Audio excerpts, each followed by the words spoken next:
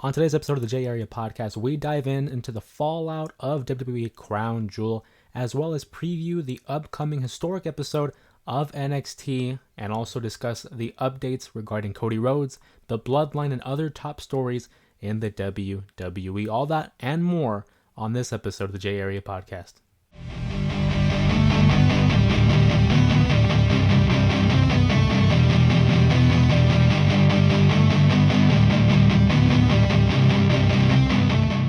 What is going on, members of the J Area, professional wrestling fans across the world? Welcome back to another episode of the J Area Podcast. A lot to discuss in the last couple of days regarding the world of professional wrestling.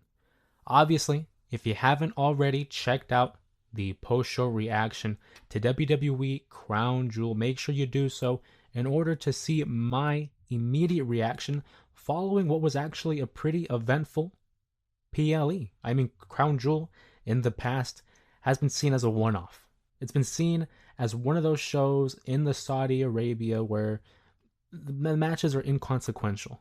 We had one-off matches like Goldberg versus The Undertaker, the Brothers of Destruction versus D-Generation X, but that all changed when Triple H took the helm of creative. You see, Crown Jewel in itself presented a lot of important moments, not only within the WWE as of the current status of the WWE, but it also left a little bit of breadcrumbs for future developments in key storylines. And you want to talk about key storylines. There have been none bigger than that of the Bloodline. The Bloodline saga, which has ruled the world of professional wrestling for the better part of 4 years. You'd have to go back all the way to 2014 when The Shield, Seth Rollins, Dean Ambrose, and Roman Reigns had ended. Their tenure as a trio had ended, and that's really what started the long, illustrious story that is the Bloodline. You see, Roman Reigns and his cousins, the Usos, the original members of the Bloodline, were unsuccessful in defeating this new iteration of the Bloodline that includes Tama Tonga, Tonga Loa, Jacob Fatu, and the current tribal chief in Solo Sikoa. Now, speaking from a fan of professional wrestling and someone that has been watching it for the better part of 2 decades, I'm not going to lie to you. I thought the matchup itself was fine for what it was, right? This was supposed to be the first ever time that we had the two entities cross paths in a matchup. But it left a little bit to be desired. I thought the match never really kicked it into the next gear. What it did really is it was a great palate cleanser. You know, we've had Cody Rhodes battle against Solo Sikoa for the last couple months. Of course, they had their matchup at SummerSlam. They had that steel cage match. They had their interaction at Bad Blood that would actually include Roman Reigns as Cody Rhodes' partner. But that was the basis of the Bloodline saga for a while. We had Roman Reigns in the background, looming as we knew that eventual clash would take place, and now it's something fresh. Jimmy and Jay reunite for the first time since Money in the Bank 2023 last year. And now, with Roman Reigns at their side, supposedly as equals, it adds a fresh spin on the story. The matchup itself, like I said, was fine. I'm not going to go here and say that it was bad by any means. That's not my gimmick. I'm not here to trash professional wrestling, but I am here to provide my opinion and my critique as it pertains to the top storylines. Really, the matchup itself was a great highlight of the evolution of each character. You'd have to wind the clock back and see how Jimmy and Jay's relationship, not only as brothers, but as tag team partners, has evolved since the last time they teamed up at Money in the Bank 2023. You'd have to see how the hierarchy within the Bloodline has been altered due to the status of Solo Sikoa. Roman Reigns was on top of the world. He was untouchable. He was unbeatable. Everything that the light touched was him. Shout out to Mufasa. Roman Reigns could not be beaten. And in the last year, he's been pinned by guys like Jey Uso, Cody Rhodes, and Solo Sikoa. There was a long stretch of time where Roman Reigns had not been pinned at all. You have to go back all the way to the fall of 2019, where the recently released Baron Corbin was the last guy to pin the tribal chief. And now Roman Reigns is taking losses more often than he has ever in this tribal chief era. Now that's not a knock on Roman Reigns at all, but it definitely is a demonstration of the evolution of the character. Roman Reigns has to come to grips that this isn't the WWE that he had left at WrestleMania 40. It's evolved. It's changed. Certainly in the sense of the landscape of the promotion, but definitely in relation to the way the bloodline has been ran. Solo Sikoa, by introducing the Tongans, Paul Heyman called it out. He said these guys can't be trusted. They are outlandish, they are reckless, and they are chaotic. You cannot control these Tongans. And then with the introduction of a guy like Jacob Fatu, who's a ticking time bomb whenever he steps foot in the ring, it frightened Paul Heyman to the point where he knew that if he were to acknowledge Solo Sikoa, it is now defending everything he has done up until that point. That Paul Heyman, in essence, is allowing this to take place as the wise man to the tribal chief. So knowing all that, he took the risk. And he told Solo Sikoa, I do not acknowledge you as my tribal chief. And he would suffer the beatdown at Madison Square Garden during the summer. A beatdown that we haven't seen Paul Heyman ever since. Roman Reigns, of course, returns at SummerSlam, and the whole showdown is set. We know the eventual battle at Survivor Series will occur.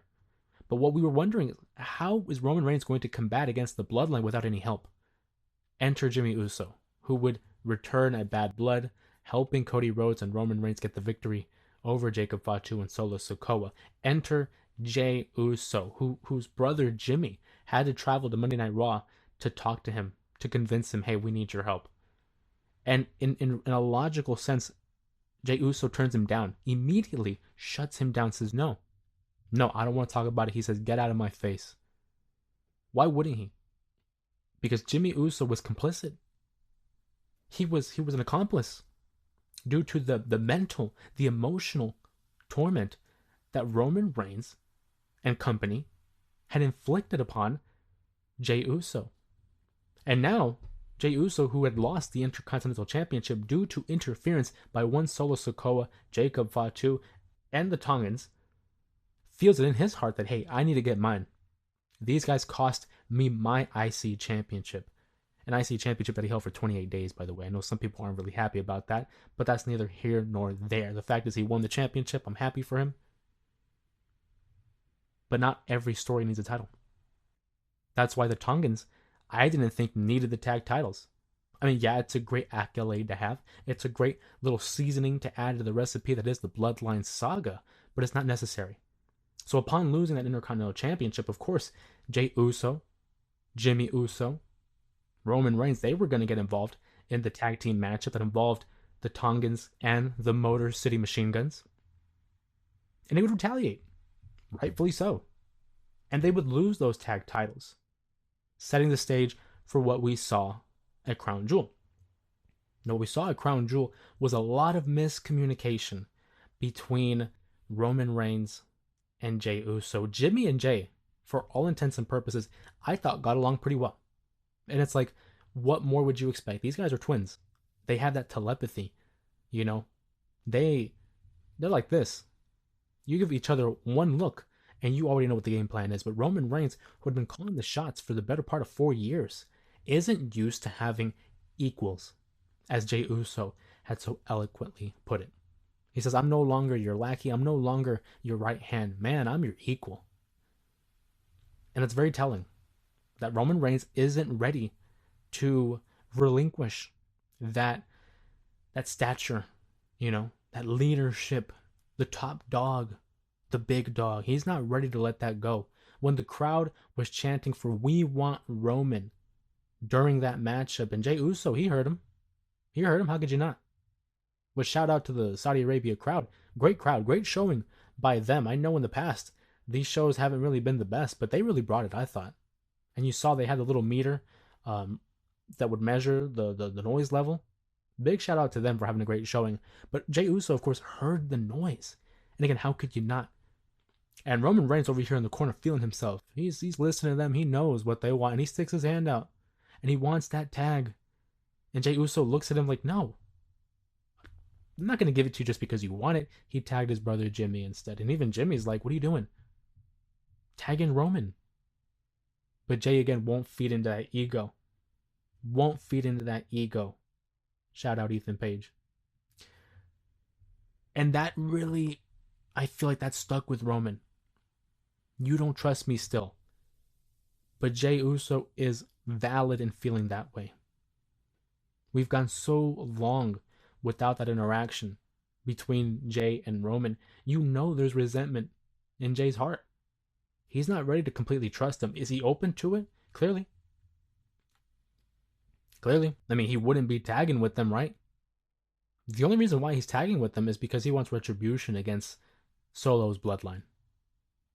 But aside from that, Jey Uso doesn't have to reintroduce himself to the family drama that is the Bloodline saga. He was doing fine on Monday nights. And you saw that was apparent when a friend of his, former Bloodline member, honorary Us, Sami Uso, Sami Zayn, had told him, you don't have to do this. You don't have to, interject yourself back into the drama. It's past. It's over. But Jey said this is family and you wouldn't know you're not family. And that stung Sami. You know it did. We all could see it. We saw him having that conversation with Solo Sikoa in the parking lot. We still don't know what was said. I'm assuming that we're going to get some kind of answer from Sami on Monday Night Raw later tonight. But I would like to think, knowing the direction of Sami Zayn and how they've been presenting him as a character, I would like to think that he's trying to keep peace. He doesn't want this drama. He doesn't need this drama. Number one, for himself, but also for someone like Jey who had done so much to get away from it only to be dragged back in. So Sami Zayn comes after the matchup. The Bloodline being Solo Sikoa and the Tongans. They've already won the matchup. And we're getting the patent beat down by the Bloodline. You know it has to come. It's a guarantee. It's like having cookies and milk. You can't have one with the other. If you can't have a Bloodline matchup, you got to have the Bloodline beatdown. And there we go. Sami Zayn comes out, tries to make the save, and he does. But there's a slight moment here where they hint that maybe he sides with Solo. I mean, let's go back to the times in the Bloodline when Sami Zayn was there. Him and Solo didn't really have beef. There were times where the two kind of were simpatico. You know what I mean? They were on the same page. Because Jey didn't trust Sami. Jimmy was, Roman certainly didn't trust Sami. It took him a while to get him in as an honorary use.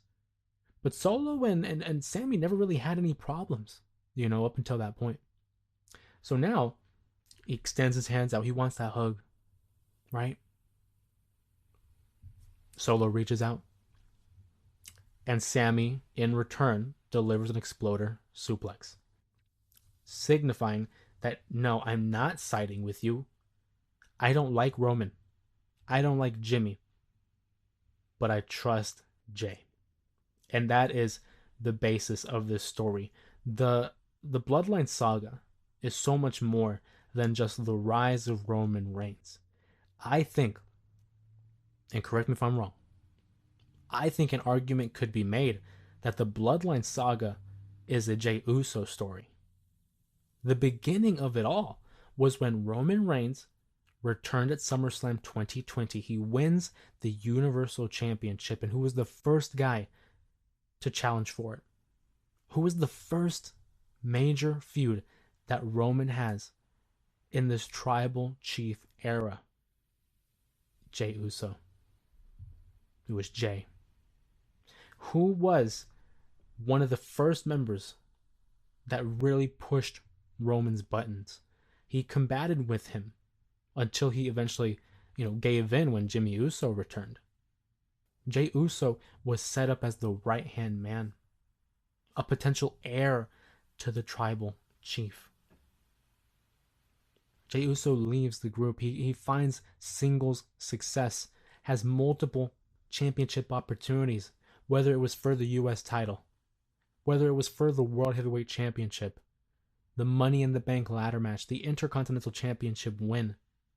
He was getting a lot more attention. And the line that has been said over the last couple of weeks was there was a time being that you couldn't tell the Usos apart. Well, now you can. You can tell who's Jimmy. You can tell who's Jay. Jay Uso, I think, has earned the moniker of main event Jay Uso. When it's all said and done, when this Bloodline saga finally reaches its end, we know that The Rock and Roman probably is the end game. That's probably going to be the main match that will close this chapter, this story. But there's an argument to be made that maybe the MVP of it all will be Jey Uso. And I think sooner rather than later, he might be a world champion. And I can't wait for it. But of course, on Monday Night Raw, we hope to see some update in regards to the Sami Zayn, Jey Uso interaction. I mean, we didn't even talk about what had happened at the end of the matchup, at the end of the beatdown, rather. You know, Sami Zayn and Solo Sikoa are in the ring. Roman Reigns is in the ring. Roman Reigns tries to hit him with the Superman punch, and Sami Zayn attempts as a luva kick, but Solo Sikoa, like the slimy heel that he is able to get away. And we have a huge collision, not AEW, a huge collision between Sami Zayn and Roman Reigns. There's a lot of, miscommunication, not a lot of trust within the original Bloodline. Sami has an allegiance to Jay, Jay to Sami, Jay to Jimmy. Jimmy doesn't trust Sami. Roman doesn't trust anybody but Jimmy at this point. A lot to process, but the Crown Jewel event didn't only have a huge implication in regards to the Bloodline. Other news that involved, of course, was the main event. Cody Rhodes, the WWE champion, had defeated the world's champion Gunther for the inaugural Crown Jewel Championship, which is still something that I myself find myself conflicted about. I thought it's a great opportunity to have a huge matchup between someone like Gunther and Cody Rhodes. It's a marquee matchup. It's a big fight feel, and that's what it really accomplished. It accomplished a big fight feel. It was like the clash of the titans. They really hyped it up as a generational type of matchup where you had the possibility of a Goldberg versus Stone Cold Steve Austin, where you had the possibility of a Ric Flair and Hulk Hogan. We got that here with Cody versus Gunther, a matchup that was teased in back-to-back Royal Rumbles 2023 and 2024, and I thought it delivered. Now, of course, if you had seen the predictions video in regards to the Crown Jewel event, you would know that I had predicted a loss for Cody Rhodes. I just didn't see Gunther losing this matchup. I thought Cody Rhodes for sure was probably going to suffer a loss due to an interference by Kevin Owens, and that wasn't the case. They actually gave a clean victory to Cody Rhodes, and I actually really was a fan of the way it ended. We saw Friday Night SmackDown go off the air with Gunther placing a sleeper hold on Cody Rhodes. Of course, the TV audience, we didn't get to see the aftermath of it. It was in the midst of the hold that the screen went to black. But the WWE, in the main event, they had Cody Rhodes versus Gunther, and Cody Rhodes learned from his mistake. He pulled a Bret Hart from WrestleMania 8 as he had a match against the Rowdy one, Roddy Piper, and a sleeper hold was placed. So what did Cody do? Cody had went for a super Cody cutter, which was countered into the sleeper hold that we're talking about. And Gunther has the sleeper hold in, and Cody, using his momentum, continues to roll backward, allowing him to be on top of Gunther's shoulders so the referee can count 1, 2, 3. Cody wins the matchup. I thought it was a great way to protect Gunther because it wasn't like a definitive win where it's like, oh man, like he decimated Gunther. No. It was more of Cody was the resourceful babyface that found a way. He beats Gunther clean, and then Gunther, after the matchup, extends his hands. They have a good old-fashioned, honorable handshake after the matchup, which puts a good light on Gunther. Although he is a heel, you can't spin it. And I think that's important to remember. The way I expect Gunther to move forward here is a more aggressive approach. Cody may have gotten the better of me, but that doesn't mean anybody can get the better of me. So when you have guys like a Damian Priest, like a Seth Rollins, like a Jey Uso, who are going to say, hey, you lost to Cody. Well, Gunther, on the other hand, can say, Cody beat me, but you can't. You're not him. So I'm expecting Gunther to go on a reign of terror, defeating the likes of all the babyfaces I just named, as well as other people who are in line for a championship opportunity and use to his advantage. Gunther, I think, is at his best when he loses. He lost the Intercontinental Championship at WrestleMania 40, and what did he do after? He regrouped, he won the King of the Ring tournament, and he went on to win the World's Champion. A title I don't see him losing, at least until WrestleMania 41. I can't see him losing it beforehand, especially given that he had held the title for 666 days. I don't see him losing it that soon. WrestleMania 40 certainly will be the soonest I can see him drop that title. But moving forward, of course, Gunther and his world title reign, we will have a fatal four-way matchup that will crown the new number one contender. And it's going to include guys like Seth Rollins, Dominic Mysterio, Damian Priest, and Sheamus. Now you tell me which one doesn't sound like the other. Because we have 3 former world champions and then one that hasn't won. In terms of who's winning that fatal four-way, it's a who's who. I don't think Dominic wins. I really don't, especially when you have guys like Sheamus, Damian Priest, and Seth Rollins. I don't think the story between Bronson Reed and Seth is all done. I think there's still plenty of stories to be told there, especially the way that matchup had ended, where Bronson Reed was standing tall and was basically inviting Seth Rollins back into the ring for a little bit of aftermath since their match had ended. I don't think that story. So it's down to Sheamus and Damian Priest. Damian Priest had just lost the world title, but he never got his rematch. Sheamus would be an interesting, fresh take, and it would be a one-off. If you do Damian Priest, I feel like it's going to lead itself into a story, but Sheamus is a suitable one-off. These guys beat the hell out of each other during their Clash at the Castle matchup in 2022 and at WrestleMania 39, which was considered to be one of the best matches of the year in 2023. It also included Drew McIntyre, being that it was a triple threat match. But Sheamus and Damian Priest are both really good options here for them to explore. In terms of my excitement level, I think at number 4, Dominic, I would love to see Dominic, get whooped by Gunther, but I know the outcome. I mean, to be fair, I did say Gunther's not losing the title no matter what. But number 4 would be Dominic. Number 3, probably Seth Rollins, because I just don't think the matchup with Bronson Reed is all done. Number 2, I think Damian, in terms of excitement. And number 1, Sheamus. It's something fresh. But if you ask me who I think is going to win, I think I rock with Sheamus. Because Damian, I don't think he's done with the Judgment Day either. Sheamus right now had just concluded a rivalry, a feud with Pete Dunne. So I want to say it's Sheamus. And if you think about it, he just had a match with Kaiser, not on last week's Monday Night Raw. So we have an opportunity here to weave that story between Sheamus and Gunther. I don't know. Should be exciting. I know there's also going to be a battle royal that will crown the latest number 1 contender for the Women's World Championship. Liv Morgan, of course, had defeated Nia Jax with help from Raquel Rodriguez and Dominic Mysterio. But we knew number 1 contender. And who could it be? I'm all for battle royals. I think it's a great opportunity to showcase the roster. It's fun seeing a battle royal because who doesn't love seeing bodies flying over the top rope at a constant rate? And I think really we're down to 2. I think there's really 2 individuals who probably will win this battle royal.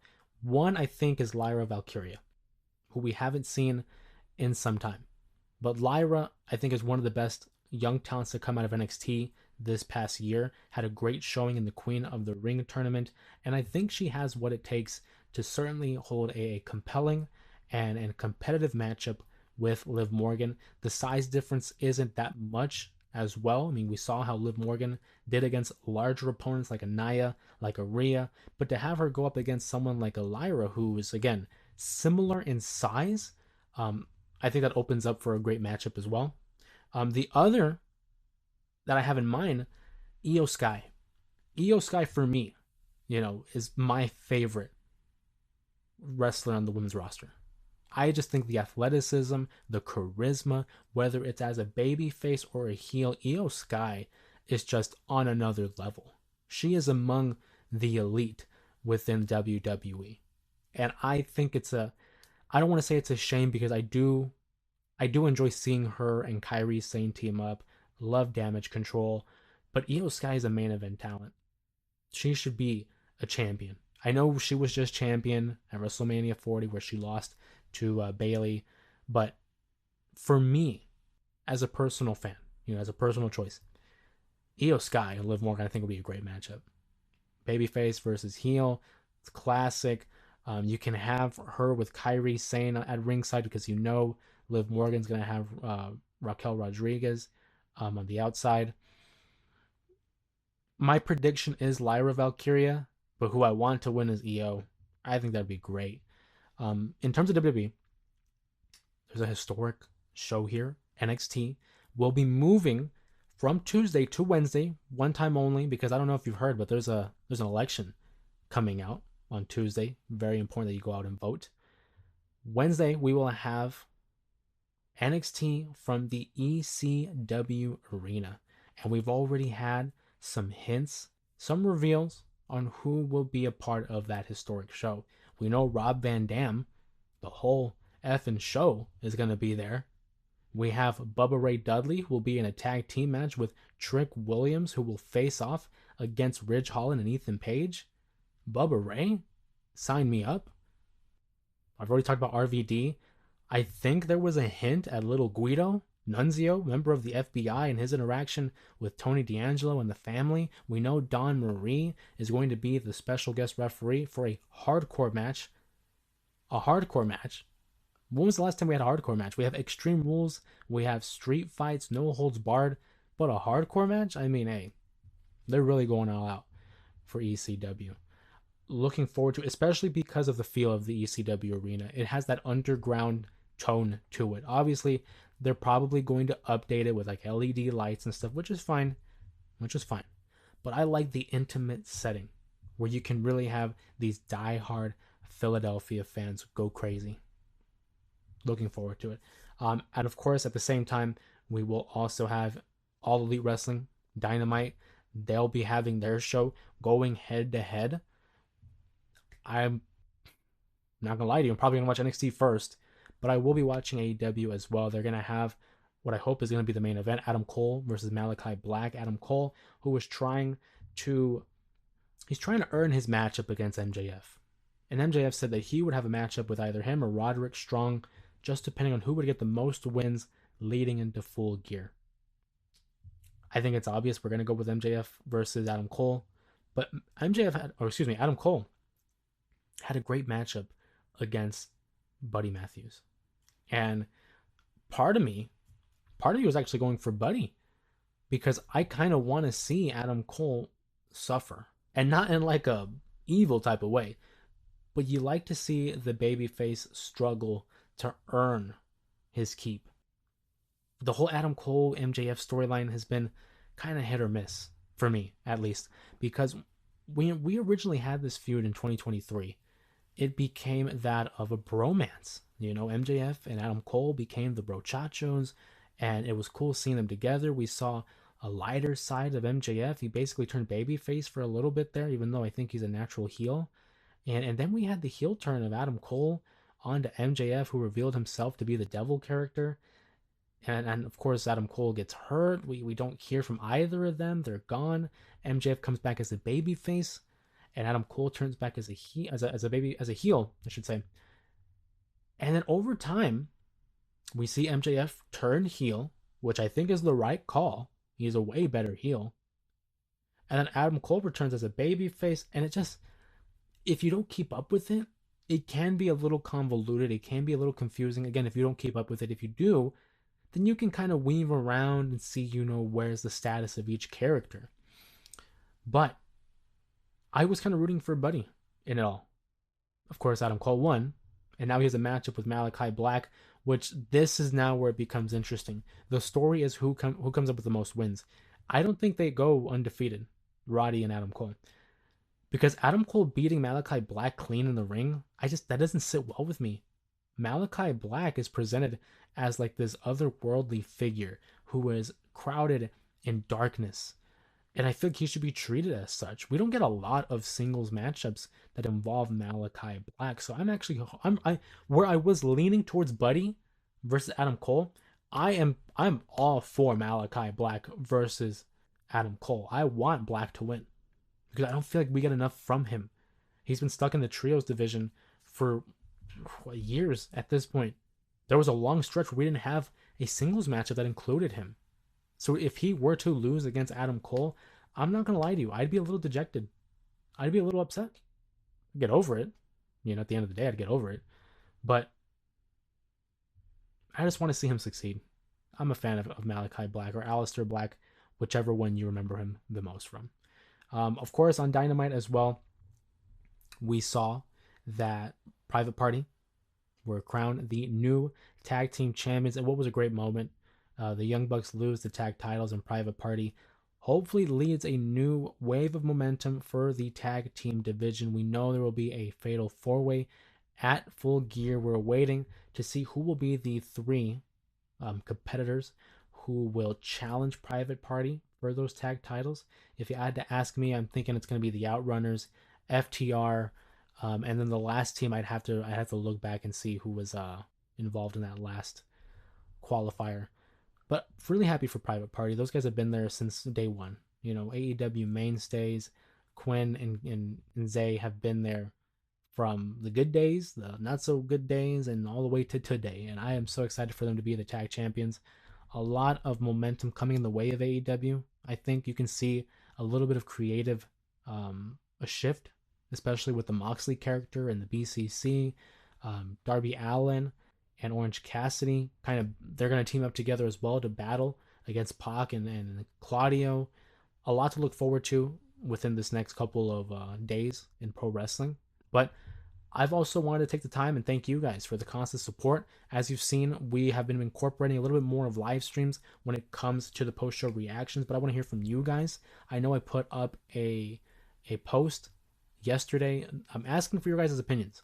Would you prefer these post-show reactions, these live streams, to be after, like immediately after these shows, or the morning after, like how Sports Talk Radio is? Because I want to be able to accommodate to your guys' schedule and include you guys in the conversation for these live streams. Because I know, for me personally, I'm on the West Coast, so these shows tend to end like around 11 o'clock. So I'm uploading at 11:30 these live streams, and I recognize that on the East Coast, it's a little late. And not all of us can be up super late. And I totally get that.